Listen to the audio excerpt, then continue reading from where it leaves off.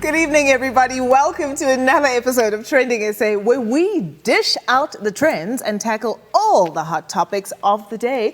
Alma over here has been taking a few Duk tutorials, and girl, listen, which accounts are you following on IG? Oh, I'm doing my best this Heritage Month, guys. It's digging. Fabulous. I love the style. I'm digging out all my Rakhadi vibes, and I'm bringing them to the table. I think you're superseding the Rakhadi situation right now. I love it. It's I just wish this was happening and your father was getting the cows for it. Because whenever a white woman wears this outfit, a white man is getting cows. You mustn't give him any ideas about cows now. Whoa.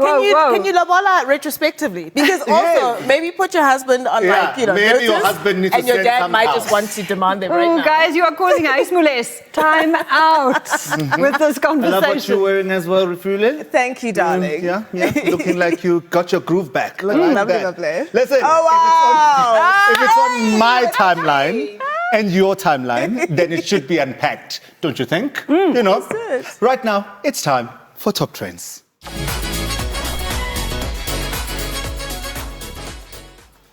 So, our not so beloved, speaking of people that wear things on their heads, Minister of Police is trending again. In an interview with Morning Live, Minister of Police Becky Cele was asked about the concerning human trafficking trend that's been, bubbling on our timelines. We've all seen the video. And he said, and these are his actual words, I'm not sure about the increase, or is it about the publicity? South Africans are complaining that this seems to be on the increase. What is the police's take on human trafficking at the moment? Well, I'm not sure about the increase or is about publicity. The figures per se under the lockdown has gone. So he says it's gone down during lockdown. Obviously, South African Tweeps reacted to the interview. Muloewa Tendo says, I've always known that we were in the dog. Direct translation. Yes. Direct translation. Okay, anyone talk. I just didn't realize how bad it was until our Minister of Police said this morning that human trafficking is a public stunt. Okay. And Naledi Mashishi had a different view. And this agrees with the office of the minister. Naledi says he didn't say it's a publicity stunt. He said there isn't data to support the notion that human trafficking is on the rise and that kidnapping isn't always human trafficking. Naledi says he's correct here. My point is, even one case of human trafficking, one is one too many. Yeah. I don't care about whether it's more or whether it's less. Well, I think more than anything, there just should be stats just to begin with, okay? That's your function. But secondly, citizens are genuinely concerned. Allay their fears, talk to us, and actually tell us what you're doing. Yes. Don't downplay the situation. It is more than worrying. Yeah.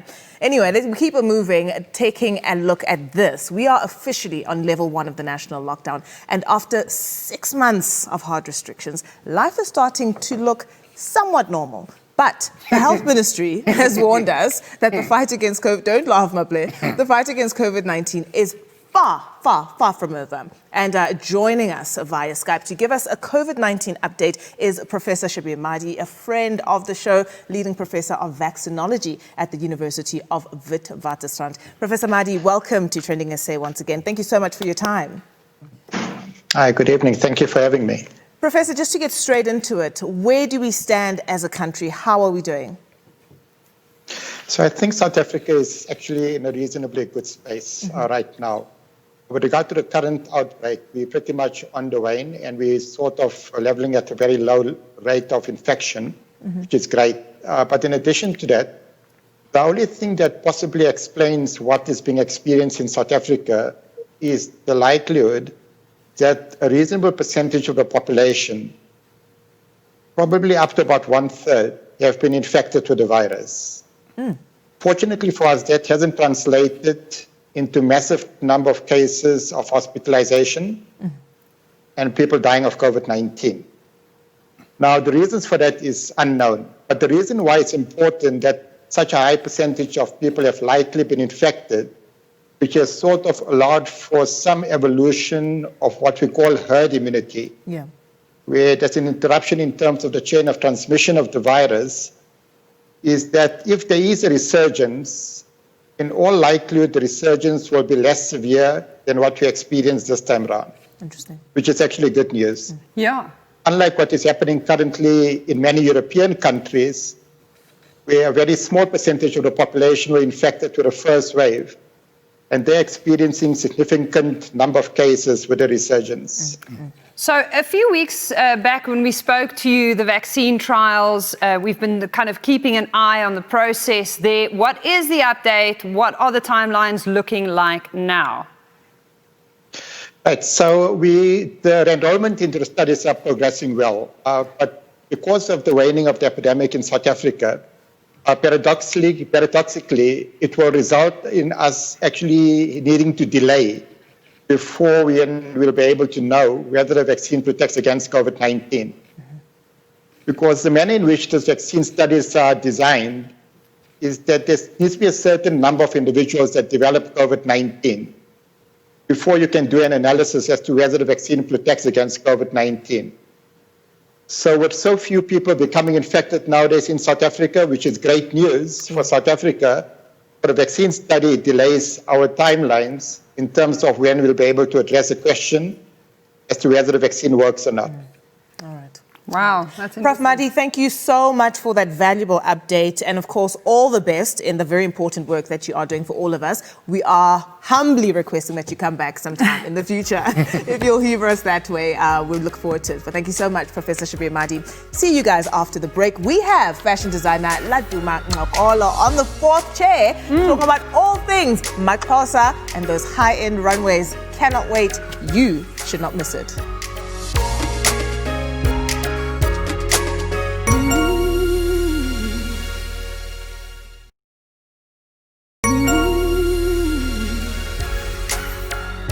Welcome back. You're still watching Trending SA on SABC3. Now, since launching his brand 10 years ago, our guest tonight has cemented his position as a pioneer and innovator in the fashion world. His brand ethos is rooted in his rich Xhosa culture, his identity and aesthetics. Now, over the years, the Maxhosa Africa brand has become synonymous with African luxury, and his bespoke geometric knitwear patterns have awed local and international fashion enthusiasts. I think they've just gripped us and taken us by storm, actually. Now, fresh off his successful virtual New York Fashion Week showing, ladies and gentlemen, we need to put our hands together for the incomparable Laduma Ngxokolo. Thank you so much, Ngxokolo. Thank you so much for your time. Thank you so much for my goodness, what an honor. What an absolute honor. You named your Spring Summer 21 collection Ingumangaliso Imisebenzi kaThixo. Ne? Absolutely. That is a song entitled by your late grandfather, Mike Ngxokolo, and it's called God's Work is Miraculous, right? For those that don't speak, it's Xhosa at home. Talk to me about the creative influence that your grandfather has had over you throughout your work and your life. My grandfather has had pretty much, I'd say, a huge dominance in my creative choices. First of all, he passed away when I was like maybe 12 years or 9 years old. I don't remember. But I remember him as a charismatic person that was very open-minded. But I was shocked when I enrolled to a high school that is multiracial school. And he was part of the compulsory composers in the music session to study about. Even my high school teacher didn't even believe me when I said that this is my grandfather. So I literally brought some of his hymn songs. You brought this receipt. Yeah, the receipt. And showed him. But he was a multi-talent. He was an actor. I saw clips of him. He was a TV presenter on SABC2, the choral music show. He was a school principal. He was a sculptor. He was a lot. Basically, your grandfather didn't let other kids breathe. Like, he wasn't giving them space to flourish. I think with the times that he was living in, he had the freedom to do all of that. Of course, you've showcased at the iconic New York Fashion Week before, right? What is different about doing the showing this time around? And I want you to talk to us a little bit about the collection as well. I mean, it must have been so scary, but anxiety-ridden to do it during these very strange conditions. This is pretty much the most difficult show I've ever had to do. Number one, it had to be international standard, as always. And number two, we had to do everything in-house and using the resources that we had available. So basically, all the creative aspects of it we had decided beforehand, but we came to a part where we had to actually bring it to life, which was the most difficult part, because we had limited workers that were available because of restrictions. We had supplies coming in slow, so we had to delay and refer. We had to get suppliers, get quotations to make sure that they would give us the best quality. Absolutely. Fortunately, by God's will, we managed to loop everything together and delivered the video to New York Fashion Week data website the day before the show. It was even late, but Oh, my goodness. for some reason, when things feel a bit shaky, we get the best results, and that's one of the actions that God is powerful at. Yeah. I love how global your brand is. But it's so intrinsically local at the same time. What is it that makes your brand work on a global platform? What is it that people from elsewhere, because we know why we love it, what is it that other people from other countries find in your work that they tell you this is why we love it? Well, from the feedback that I got in from the countries that I've been to, most of them feel like the minute they look at it, it has a sophisticated African appeal. That is not mistakable with any other continent. And also the color combination, pattern design is a difficult skill to perfect. I studied textile design from high school, grade 8. So by now, I'm able to combine and balance colors.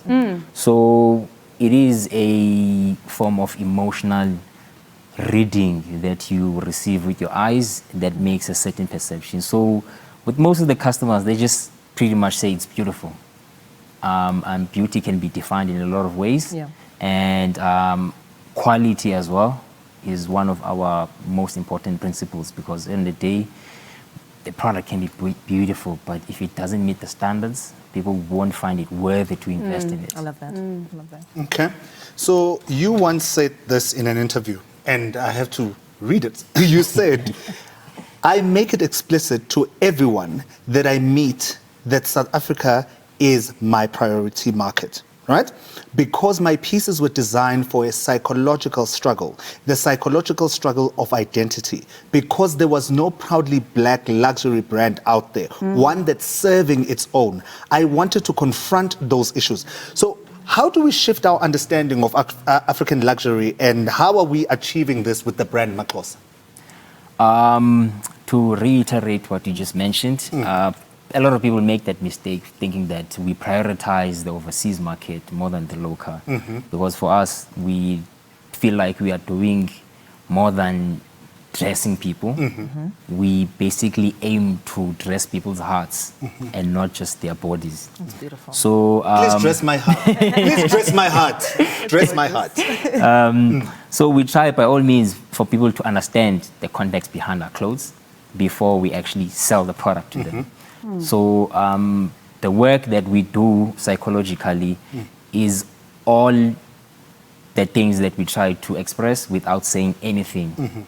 Because at the end of the day, we are in the design space. Okay. We are not in the political space or in the religion space.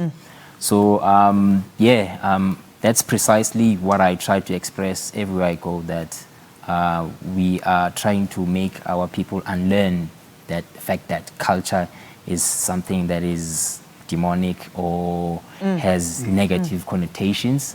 It is the only thing that's left for us, to utilize and create a sense of homogeneity between our cultures, so that we know that culture wasn't there to separate us.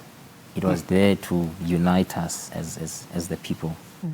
I need to be your muse. I need to be your muse. I need to be your muse. It's beautiful. Thank you so much for sharing some of your journey. Is there one word that you would have given 10 years ago, Laduma? Just a bit of advice. Is there one quick thing, just one word? It's not one word, it's two words. It's Sure. find your purpose. Find your purpose. That's there you have And it. we out. Thank you so much, Laduma Kapolo. If you thought we couldn't top it after this interview and after the previous one Mabule had with Tamia, then you need to wait for what's next. We have international R&B and soul superstar Anthony Hamilton on Trending SA next.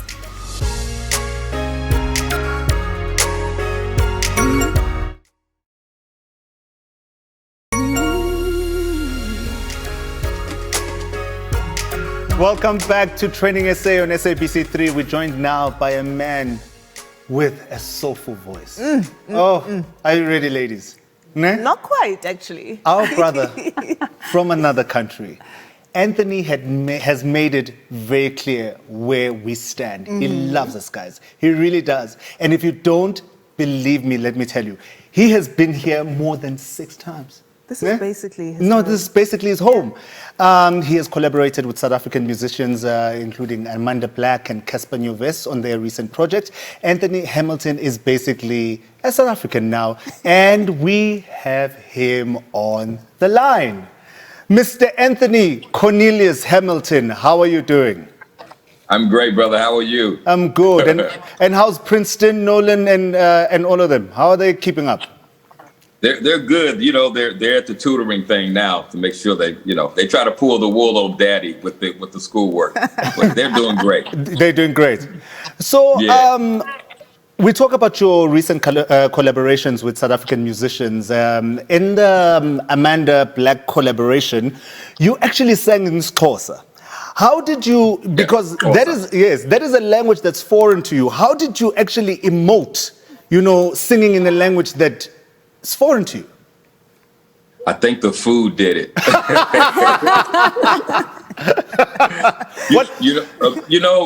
Being there so many times, I've been there at least about 8 times, and just you start to feel it, and it starts to make sense to you. And Mandisa has been a very good teacher, and all the people I've encountered. And so when it was time to do it, I remember hearing it and what it feels like. Yes. And so it's just in there. Maybe I'm from South Africa. I got to do You are. You definitely I have are. to do my ancestry. Well, I have to admit here, as a white South Yeah. African, I've had to practice the clicks. Like when I drive alone in my car, I make sure that I say them correctly. How long did it take you to get that down? See, it's the lips. It's got the bigger lips. Got more click. It's all in the Elma, lips. get I some love it. Botox in there. And a big shout out to Mandisa for being the excellent tutor that she is. Wherever you are, Mandisa, you're a good one. Your collaboration with Casper Nyovest, Egyptian Cotton, and Casper is a father now. The baby must be about a week, just over a week old. Yeah. So that's a lovely, lovely development for him. Egyptian Cotton is basically all about that family flex, right? And I read in OK Africa that no managers were involved in this transaction. Somebody sent a WhatsApp, Casper sent you a WhatsApp, and that evening you sent back vocals on some, done, here you go. What was it about that song that made you buy in so quickly? Just meeting him and seeing that he was such a stand-up guy and such a great musician. And it was just a brotherhood that connected. And I felt like this was somebody I'd like to collaborate with. No nonsense, great guy, family man, and just putting out good music. And he's about the people. So I love that. when I heard his music prior to that, I was already in. And it was a no-brainer for me. Yeah. So you talk about the fact that you've been here and all the people you love who are from here now. You were scheduled to have visited us again to get another fix of South Africa in Women's Month. Unfortunately, that fell through. What is it you miss? I mean, you've mentioned the food, and I feel like that's one of the obvious ones. But what is it you miss about missing out on a trip here? Just able to connect to my people and see so many amazing brown and black people and lighter as well. People from South Africa. It's a different temperament. It's a different vibe. It's more relaxed and it feels more welcoming than coming to the States. I feel like people are genuinely open to receiving you and to giving you love, and they really appreciate what it is I bring. And not only am I there for music, but I'm there to to take in the culture, the people, the food, and to take in the culture, the food, and to be a part of something that I feel like I've been connected to before, long before I got to South Africa. So, Anthony, as a fellow South African, because you're one of us now. No, we just need to give you an ID number and then give you a house, and then you can just come through. You are very concerned about gender-based violence, which is a pandemic that we're facing here. It's a second pandemic after Corona. And you wanted to actually speak on it. So I'm going to give you the floor, my brother. You know, being subjected to seeing domestic violence as a child, my mother, my sister, and young girls and women in my neighborhood, I have no patience. I have no understanding. I have zero tolerance for it. I think men are supposed to protect women. We're supposed to protect them, guide them, and lead them and nurture them. Women are supposed to have our children and be a part of our lives as flowers, and they should feel safe. It's up to us, up to men, men of color, black, brown, white, no matter what. Men should be a protector, not domestic violence, and not anger, taking out anger on women. If your life is not where you need it to be, it's not her fault. I'm pretty sure if you allow this woman to nurture you and to build you up, she would. But you have to give her the opportunity and to not be subjected to violence. I can't. I think it's an outrage, and I think they should do a lot of time for it. That's with any other crime. And I think it's up to the people who are in power to make sure that the laws are put in place and to take this serious. Amen. I think a slap on the wrist is not enough. You know, that's just my stand on it, and it will never change. Okay. Now, you have a playlist on Soul September where you share your favorite list of R&B and soul jams with your fans. And Charlene made it onto that list, obviously. I've seen you've been missing Charlene on your socials for a very long time. What's happening with Charlene there? Any updates? You know, about Charlene? Well, you know, there's been sightings of her. Yeah, I don't know. Ooh, you know, she's around somewhere. Maybe she's getting her hair or nails done right now. I don't know. But I wish her well, and thank you for such a beautiful part of my life. All right. And, you know, and I got to sing this the rest of my life, so. Might as well have fun with it, right? So Lil Birdie tells us you're cooking up something big in the studio. What are you working on? And any collaborations with South African artists that you have tucked up your sleeve? You know what? I have to get in with Zonke.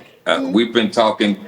I think I've talked to her the longest of any South African artist or African artist, period, international artist. And we haven't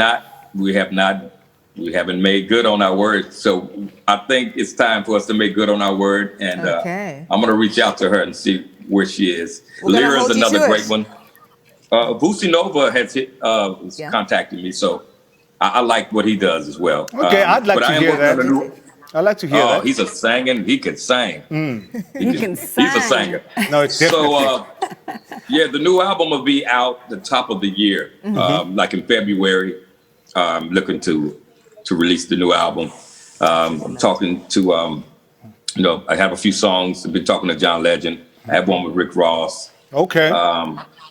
Keisha Cole, I've been thinking of her because we're kind of close. Yeah. But I want this album to be special. I want it to be an album that touches the world. And the only way to do that is to add the world to it. And I'm excited about it. We're excited about it. I got some heat. Yes. I'm coming with the heat. Yes, you are. And I love that he shared with us before we went on air that his other name is Mzwandile. So, Mzwandile. Anthony Cornelius Mzwandile Hamilton, thank you for joining us on Trending SA. Yes, oh God, I love it, and it is in my heart. Thank you so much, Anthony, and thank you at home. Let's do all of this over again tomorrow. We have a special episode now that we're properly warmed up with two Are you coming with the Rakadi outfit tomorrow? I'm bringing even more Rakadi. We're just going to keep serving it every single day. I love it. Muzi and Trezor will be in the building, so you don't want to miss it. Cheers.